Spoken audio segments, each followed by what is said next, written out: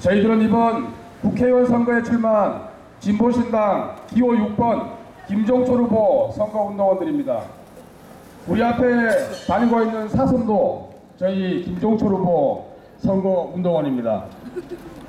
뼈 빠지게 열심히 일을 해도 서민들의 살림살이는 더욱 힘들어지는 것 같습니다. 저도 우리 김종철 후보도 사당동에서 학교에 다니는 아이를 키우며 살아가고 있는 서민 가장입니다. 선거 때가 되니 김종철 후보 말고도 우리 정몽준 후보나 이계한 후보도 서민을 이야기하고 있습니다. 서민을 대변하겠다고 이야기하고 있습니다. 현대중공업의 사옥이 동작구에 오면 우리 동작구의 삶이 좀 나아지지 않을까, 혹시 옮겨올 수도 있지 않을까 하는 생각을 하시는 사당동 주민 여러분들도 많이 계실 것입니다. 울산의 동구는 어떠합니까? 정몽준 공화국입니다.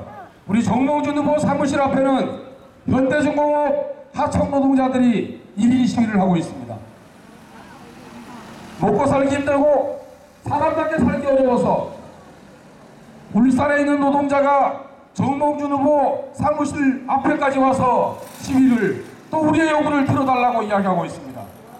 울산의 노동자들조차도 제대로 서민들이 사람답게 살게 하지 못하는 정몽준 후보가 동작구에 와서 에스컬레이터를 만들고 초등학교에 삐까번쩍한 아이스링크를 만들어준다고 해서 우리의 삶이 달라질 거라고 생각하지 마십시오.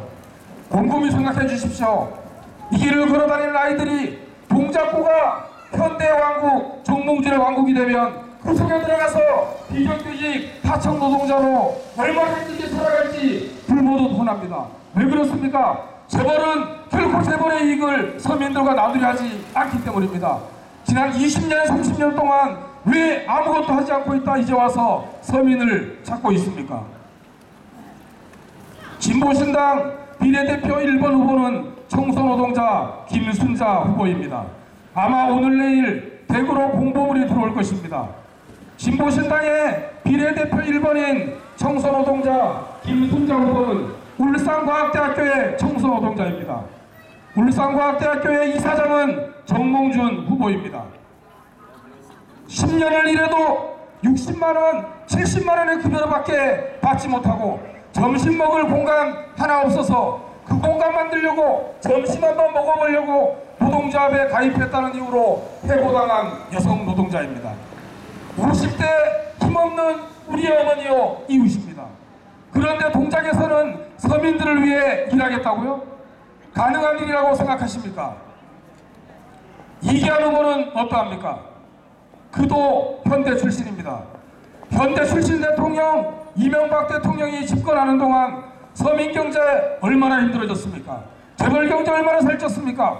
수출이 늘고 우리나라 국가신용등급이 상승했다는 오늘 뉴스도 있었습니다. 외환보유고는 나라가 생긴 일의 최고라고 합니다. 그렇게 많이 벌어들인 돈 어디로 갔습니까? 재벌경제 살찌우고 서민경제 힘들어지게 만들고 있습니다. 지난번 서울시 교육감으로 당선되었던 공정태 교육감 아십니까? 부정비리로 당선된 공정태 교육감의 선대본부장이 바로 이계한 후보였습니다. 민주당도 탈당하고 공정택을 교육감으로 만들기 위해 노력했던 이계한 후보가 이제 와서 서민을 이야기하고 있습니다. 지난 2006년 지방선거 당시에 이계한 후보는 우리 동작을의 국회의원이었습니다. 그런데 뭘 했습니까? 서울시장에 출마하기 위해서 무던히 노력하지 않았습니까? 2년간 의원을 하고 의원 배지를 던지고 서울시장에 출마하려 하지 않았습니까? 또 2년 뒤에 이계한 후보가 당선되고 나면 서울시장 후보로 출마하기 위해서 동작을 벌일지도 모릅니다. 이미 한번 그런 경험이 있지 않습니까? 여기 동작에서 사당동 주민 여러분들과 함께 가장 오랫동안 서민들의 삶을 변화시키고 우리 서민들의 아이들도 행복한 꿈을 꿀 수 있게 만들어 나갈 진보신당의 자랑스러운 후보 기호 6번 김종철 후보가 있습니다.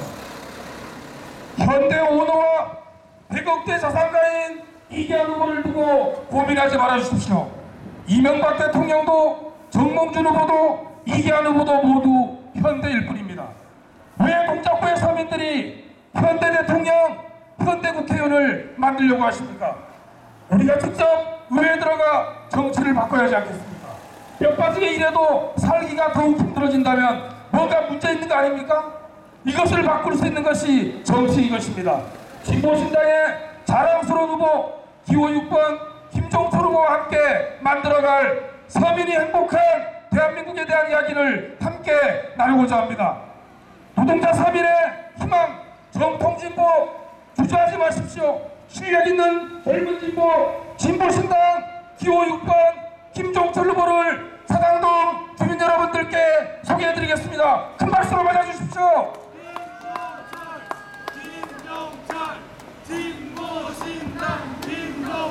예, 감사합니다. 네. 안녕하십니까. 진보신당 기호 6번 19대 총선 후보 김종철입니다. 오늘 이렇게 퇴근하시고 댁으로 돌아가시는 여러분들 뵙게 돼서 대단히 영광입니다. 반갑습니다. 네, 여러분. 제가 지금부터 이런저런 왜 우리 진보신당 그리고 또 저 김종철이 여러분들께 말씀드리고 하는 것이 꼭 필요한지 그리고 저를 찍어달라는 말씀을 드릴 텐데요. 동의하시면은 저 6번 김종철과 더불어서 정당 투표는 기호 16번 진보신당 이번에는 저희가 가나다 순에서 밀려서 기호 16번이 됐습니다. 좀 큰 당들은 앞부분에 있고 저희도 지지도가 많이 나오는 당인데 국회 의석수가 적고 하다 보니 16번이 되었습니다. 기호 6번 김종철과 기호 16번 진보신당 꼭 투표해 주십시오. 여러분, 작년에 우리나라 1인당 국민소득이 얼마가 됐냐면 23,000달러가 됐습니다. 2만 달러 시대, 2만 달러 시대 막 그렇게 노래를 불렀지 않습니까? 23,000달러가 됐는데요. 이게 어떤 의미인지 여러분들은 좀 감이 오실지 모르겠습니다.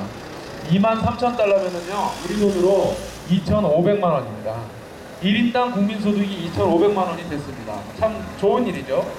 그런데 이걸 4인 가구 기준으로 하면은 우리 여기 해상공원 그 사장님 그 가족도 계시고 로타리 전용도매센터 그 사장님 가족도 계시고 가고파 아파트 사장님 가족도 계시고 할 텐데 4인 가족 기준으로 하면은요 1년에 1억 원 정도를 벌어야 23,000달러 시대의 평균적인 가정이 되는 겁니다. 저희 집은 저희 부모님 두 분과 저와 지금 제 옆에 있는 아내 그리고 아들 녀석 하나가 있는데 5가구죠. 그러면 저희 5명이 있는 저희 집은 1년에 1억 2,500만 원을 벌어야 평균적인 국민이 되는 겁니다. 근데 여러분 이게 말이 된다고 생각하십니까? 1년에 4인 가구가 1억 원을 벌어야 그나마 우리나라에서 중간쯤 평균적인 가구다라는 게 말이 안 되죠.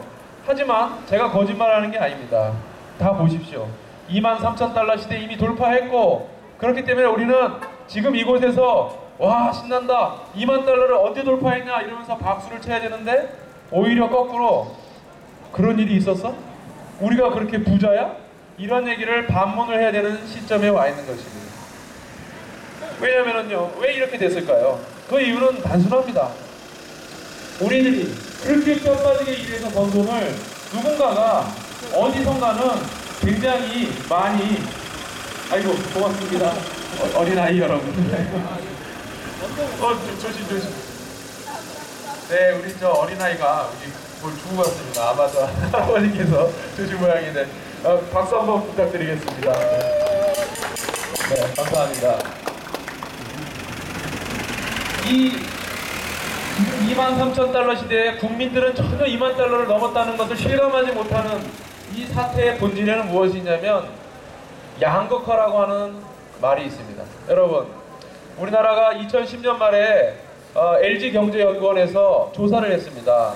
우리나라의 증권거래소, 코스닥 이런 데 상장되어 있는 그 재벌 대기업들, 주로 대기업들이 상장이 되어 있습니다. 작은 기업들은 거기 상장도 잘 못합니다. 이 대기업들이 현찰로 얼마를 가지고 있느냐? 현금으로 3개월 내에 바로 현금으로 바꿀 수 있는 걸 현금성 자산이라고 그러거든요. 그 돈이 무려 104조 원을 가지고 있었어요. 104조 원. 104조 원을 재벌들과 재벌 대기업의 계열사들이 갖고 있었던 것입니다. 우리나라 1년 총생산이 1,000조 원을 넘어선 게 얼마 되지 않았습니다. 그런데 거의 10분의 1가량을 소위 말해서 삼성, 현대, LG, SK 이런 대기업들이 다 갖고 있습니다. 그 대기업들이 다 무엇입니까? 재벌 또는 그 재벌들의 계열사인 것입니다. 달리 말해서 이 나라는 재벌과 그 일가, 이시재벌, 정시재벌, 최시재벌, 구시재벌, 허시재벌 이러한 재벌들이 지배하는 나라가 되어버린 것입니다. 그러면 그 사람들이, 그 재벌들이 우리보다 하루에 100배, 하루에 1000배 더 많이 일해서 우리보다 그렇게 많은 재산을 갖고 있는 것일까요? 정말 여러분 그렇게 생각하십니까? 아니죠. 제가 장담하건대 우리나라에 있는 그 어떤 재벌도 이 앞에 계신 로타리 정육소비센터 사장님, 해상공원 사장님보다 단 1분도 더 일하지 않습니다. 그렇지 않습니까 여러분? 오히려 우리나라는 뼈 빠지게 일할수록 점점 더 가난해져 왔습니다. 우리나라의 노동시간은 말이죠, 전 세계에서 2000시간을 넘는 딱 두 나라 중에 하나입니다. 2300시간입니다. 1등입니다. 전 세계에서 가장 오래 일하는데 왜 국민들은 많이 일하면 많이 일할수록 부자가 되는 것이 아니라 많이 일하면 일할수록 박탈감을 느끼고 이렇게 어려워진 것일까요? 그 비밀 중에 하나는 열심히 일하는 노동자들이 예전에는 노동하고 근로하고 하면 가져갈 수 있었던 그런 무엇인가 소득을 올릴 수 있는 노동자들이 지금은 비정규직 노동자들이 되어서 아무리 열심히 일해도 자기가 가져갈 수 있는 것이 없기 때문입니다. 여러분, 청년 비정규직이 평균 얼마를 받는지 책도 나왔죠. 얼마입니까? 88만 원입니다. 소위 88만 원 세대라고 하는 것은 청년들이 이 사회에 첫 발을 내딛을 때 비정규직으로 내딛게 되면 받게 되는 급여입니다. 그 급여를 가지고 10년 동안 열심히 일해서, 그래 10년 동안 열심히 일했더니 월급이 250만 원이 되더라 라고 하면은 250만 원, 300만 원 되더라 하면 열심히 일할 수 있죠. 하지만 10년 동안 그렇게 해서 비정규직으로, IMF 이후에 비정규직이 돼서 10년 동안 비정규직이었던 사람이 얼마를 받고 있느냐, 20대 말에 이 사회에 나와서 30대 말에 된 비정규직들이 얼마를 받고 있느냐 조사해봤더니 130만 원 조금 넘게 받고 있었습니다.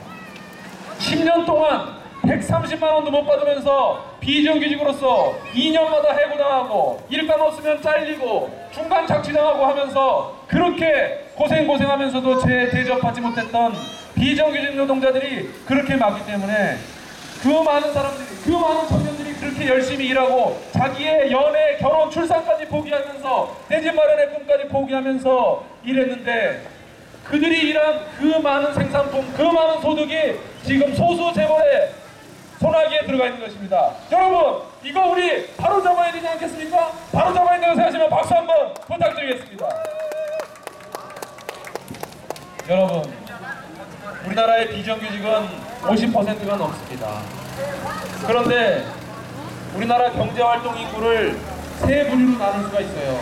첫째는 정규직 노동자입니다. 두 번째는 비정규직 노동자. 마지막 세 부류는 지금 이곳에서 장사를 하시는 자영업자, 특히 대부분은 영세하게 자기 가게를 조그맣게 운영하시는 영세 상인분들이십니다.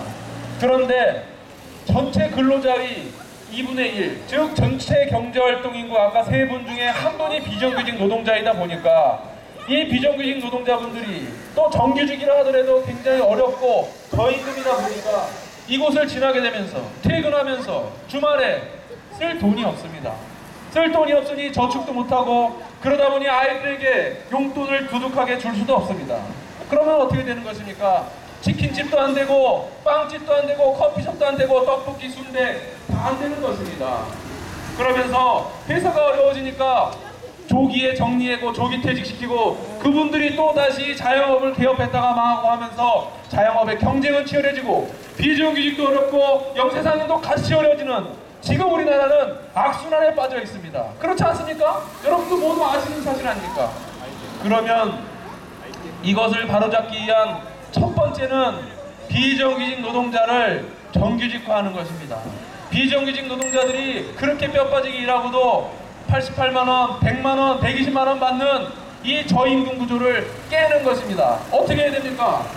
기업들에서 비정규직을 함부로 쓰지 못하도록 법으로 규제해야 됩니다.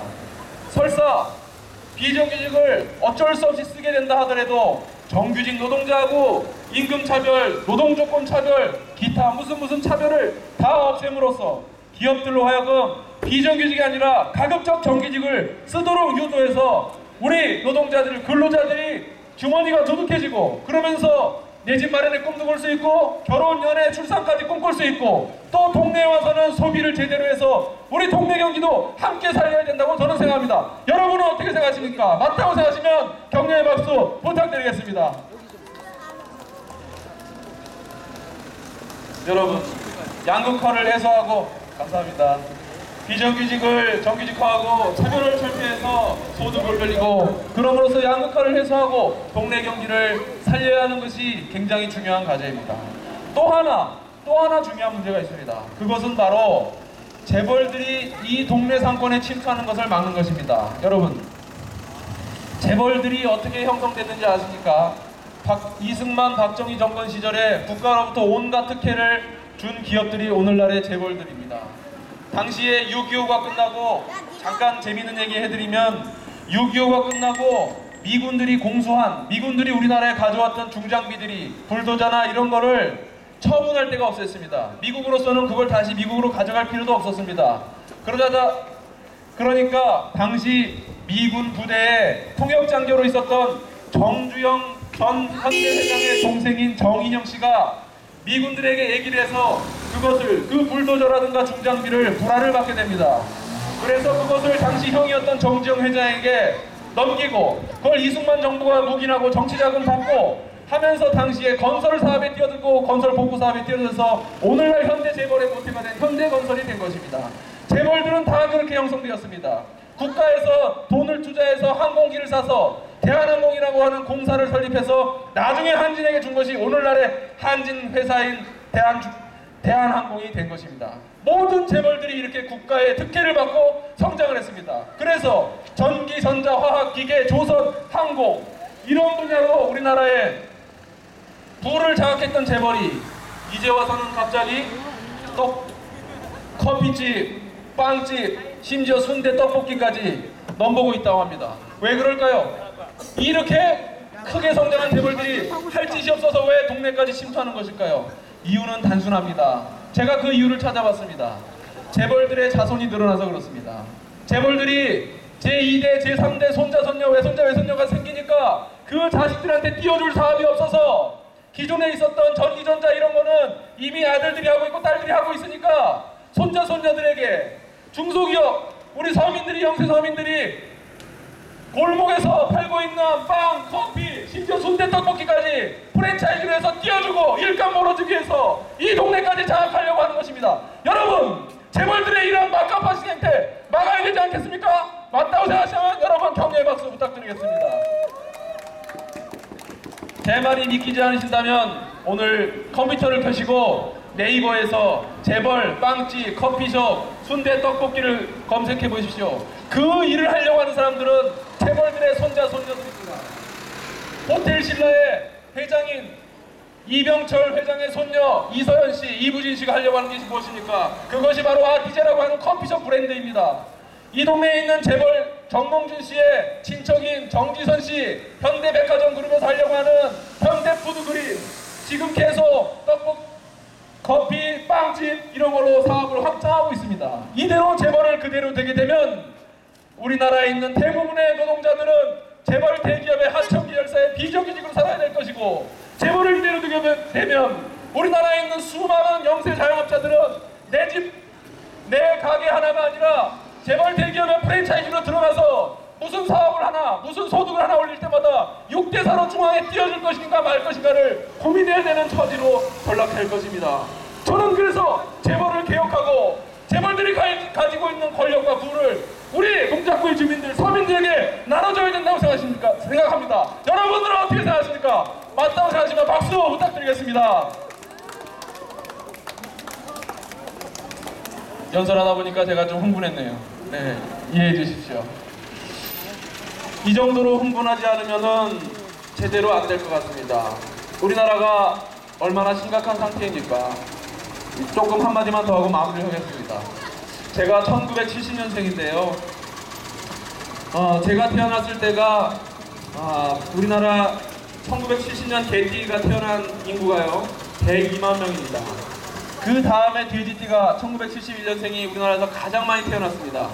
104만 명이 태어났습니다. 그런데 작년에 우리나라에서 태어난 아기가 몇 명인지 아십니까? 몇 명일까요? 47만 명입니다. 40년이 지났는데 아기가 태어나는 숫자가 절반도 안 되는 것입니다. 그것도 재작년에는 44만 명인데 작년에 무슨 기일이 들었는지 47만 명으로 조금 늘었습니다. 이대로 가면은요, 제가 80살이 되는 해에는 80세 이상 노인이 40대 젊은 40대의 가장들보다 인구가 더 많아질 것입니다. 왜 그렇게 됐습니까? 가난하고 비정규직으로 살아야 되는 청년들이 연애를 포기하고 내 집 마련의 꿈을 포기하고 내 집 마련을 할 수 없다는 자괴감에 결혼을 포기하고 그러다 보니 애를 낳을 수도 없는 것이죠. 어떻게 해야 됩니까? 그렇다고 우리나라에 돈이 없는 것도 아닙니다. 우리나라 외환보유고는 전 세계에서 4위입니다. 어마어마한 나라입니다. 중국, 일본, 한국에 전 세계 외환에 거의 절반 이상이 몰려 있습니다. 그만큼 열심히 수출하고 보태주고 우리가 노동해서 벌어들인 돈이 있습니다. 단지 재벌들의 수중에 있을 뿐입니다. 우리나라의 특권층과 일부 부유층이 그것을 장악하고 있을 뿐입니다. 그렇다면 공평하게 과세해야 됩니다. 우리나라의 대기업의 법인세는 22%, 미국의 40%의 절반밖에 되지 않고 심지어는 수많은 세액 감면제도, 조세 감면제들을 해줘서 실제로는 15%밖에 되지 않습니다. 여러분들이 노동을 해서 받는 소득에 대해서 매기는 세금이 20%가 넘는데 재벌들이 벌어들이는 돈에 대해서는 아무리 큰 대기업이라 하더라도 15%밖에 세금을 내지 않는 것이 우리의 현실입니다. 바로 잡아야 합니다. 재벌 대기업들에게 부유층에게 증세해서 그 돈으로 서민들의 아이들의 교육비, 어르신들의 병원비, 노후안정자금, 그리고 주택지원비 이런 걸로 써야 합니다. 그렇게 할 때 우리의 자녀들도 우리 아이들도 마음 놓고 연애하고 결혼하고 내 집 마련의 꿈을 꾸고 그러면서 우리는 다시 이 나라를 바로잡을 수 있습니다. 여러분, 제가 지금까지 했던 얘기를 저 김종철보다 정몽준이 잘할 수 있다고 생각한다면 1번 정몽준 후보에 다시 한번 힘을 주십시오. 아니고 2번 이기한 후보가 저 김종철보다 여러분들을 위해서, 서민들을 위해서 열심히 살아왔다고 생각하면 2번 정몽준 후보에게 표를 주십시오. 하지만 앞선 두 사람보다 항상 서민들과 함께했고 여러분과 함께했고 심지어는 기업형 슈퍼마켓이 이 동네에 들어오는 걸 막기 위해서 상인들과 함께 싸우다가 100만원 벌금형을 받았던 것을 자랑스럽게 여기고 있는 저 김종철이 그 일을 잘할 정도라고 생각하신다면 이번에는 주저없이 젊은 진보신당 김종철을 지지해 주십시오. 여러분들과 함께 살기 좋은 세상으로 보답하겠습니다. 감사합니다.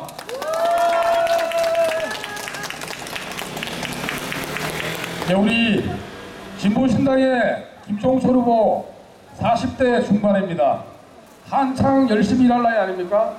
지난 2006년도에는 서울시장 후보로 출마해서 서울시장에 대해서도 고민하고 있던 젊은 진보, 이 자리에 많은 아이들이 지나다니고 있습니다. 사당동 주민 여러분, 서울시민 여러분, 우리 아이들을 위해서 4월 11일 투표장에 가주십시오. 동작구가 정몽준의 공화국이 되는 순간 우리 아이들은 현대중공업의 하청 비정규직 노동자로 미래를 살아갈 것입니다. 울산의 동구에서 증명되어지고 있습니다. 정몽준 후보 사무실 맞은편에 현대중공업 하청 노동자들이 정몽준 이사장을, 정몽준 후보를 만나러 매일 올라오고 있습니다. 진보신당 비례대표 1번 김순자 후보는 정몽준 후보가 이사장으로 있는 울산과학대학교의 50대 여성 청소노동자입니다. 점심때 밥 한 끼 제대로 먹고자 노조에 가입했다는 이유로 부당해고를 당했습니다. 10년을 일해도 60만원, 70만원의 급여밖에 받지 못하며 살아가고 있는 것이 현실입니다. 반면 정몽준 후보의 재산은 2조가 넘습니다. 돈이 없어서 못하는 것이 아니지 않습니까? 근데 이제 와서 동작구에서 서민을 위한 삶을 살겠다고 이야기하고 있습니다. 말짱 거짓말입니다. 지난 4년 전에도 뉴타운이라고 하는 호비 공약을 들고 나왔다가 80만 원의 벌금을 받는 걸 보셨지 않습니까? 재벌의 이익에 서 있을 뿐입니다. 이런 새누리당과 정몽준 후보에게 표를 줘서는 안 될 것입니다. 민주당의 이기한 후보 또한 서민 후보가 아닙니다. 서민을 대변하겠다고 이야기하고 있을 뿐입니다. 100억이 넘는 재산을 가지고 있을 뿐더러 비리로 구속된 전 서울시 교육감 공정태 교육감의 선대 본부장이었습니다. 한나라당, 새누리당과 정몽준 후보와 이명박 정권을 심판해야 한다고 생각하시는 동작구민 여러분, 이기한 후보는 절대로 그 대안이 될 수 없습니다. 지난 2006년도에도 동작구 의원이었음에도 의원직을 버리고 서울시장 후보로 출마하기 위해서 고민하지 않았습니까? 강금실 후보에게 져서 나가지 못했을 뿐입니다.